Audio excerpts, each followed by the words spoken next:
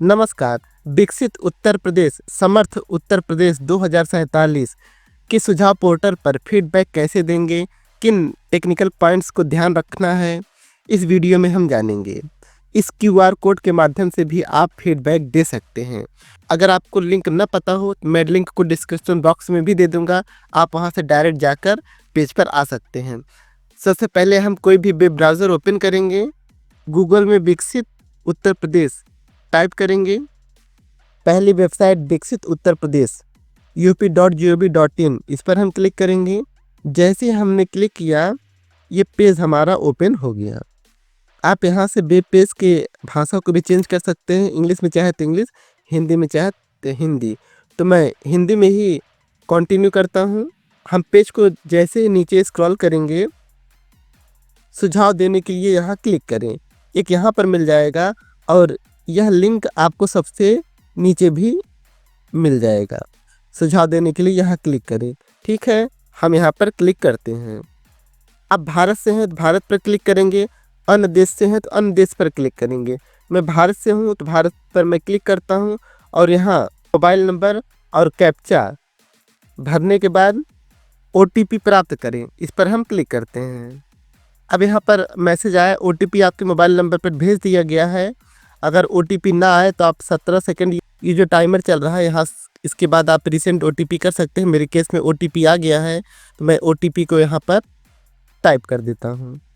जारी रखें पर क्लिक करेंगे। अपना सुझाव साझा करें। आप किस जनपद से हैं, आप अपने जनपद का नाम चुनेंगे।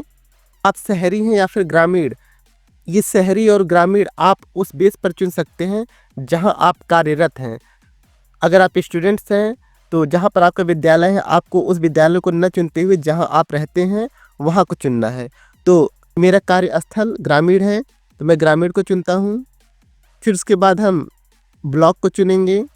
आयु वर्ग, अगर आप 31 साल से नीचे के हैं तो आपको ये भरना है। अगर आप 31 से 60 के बीच में है तो आपको दूसरे गोले पर टिक करना है। अगर आप 60 से ऊपर हैं तो आपको तीसरे गोले पर टिक करना है। तो मैं 31 से 60 के बीच पे हूँ तो मैं बीच वाला गोले को टिक करता हूँ। मोबाइल नंबर हमारा ऑलरेडी भरा हुआ आएगा। अब अगले कॉलम में हम अपने लिंक को यहाँ दिखाएंगे। सुझाव क्षेत्र चुनें।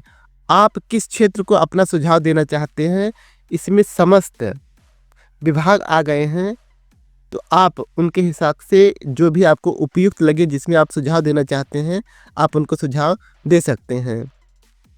ये वाला क्षेत्र चुनूंगा। शिक्षा एवं कौशल विकास, बेसिक शिक्षा, माध्यमिक शिक्षा, उच्च शिक्षा, प्राविधिक शिक्षा, व्यावसायिक शिक्षा एवं कौशल विकास, इस पर हम टिक करेंगे। हम नीचे क्लिक करेंगे। अब यहाँ पूछ रहा है यदि आप सरकारी कर्मचारी हैं तो विभाग को चुनें। अगर आप सरकारी कर्मचारी हैं तो विभाग को चुन सकते हैं। मेरा विभाग बेसिक एजुकेशन है तो मैं बेसिक एजुकेशन को चुनता हूँ। अगर आप सरकारी कर्मचारी नहीं होंगे, स्टूडेंट्स होंगे या फिर सामान्य ग्राम निवासी होंगे तो आपको यह कॉलम नहीं चुनना है। यदि आप NRI हैं तो देश दर्ज करें। अगर आप देश से बाहर रहते हैं तो आपको यहाँ पर अपने उस देश का नाम दर्ज करना होगा जहाँ पर आप निवास करते हैं। और अपना सुझाव 150 शब्दों तक आप यहाँ पर दे सकते हैं।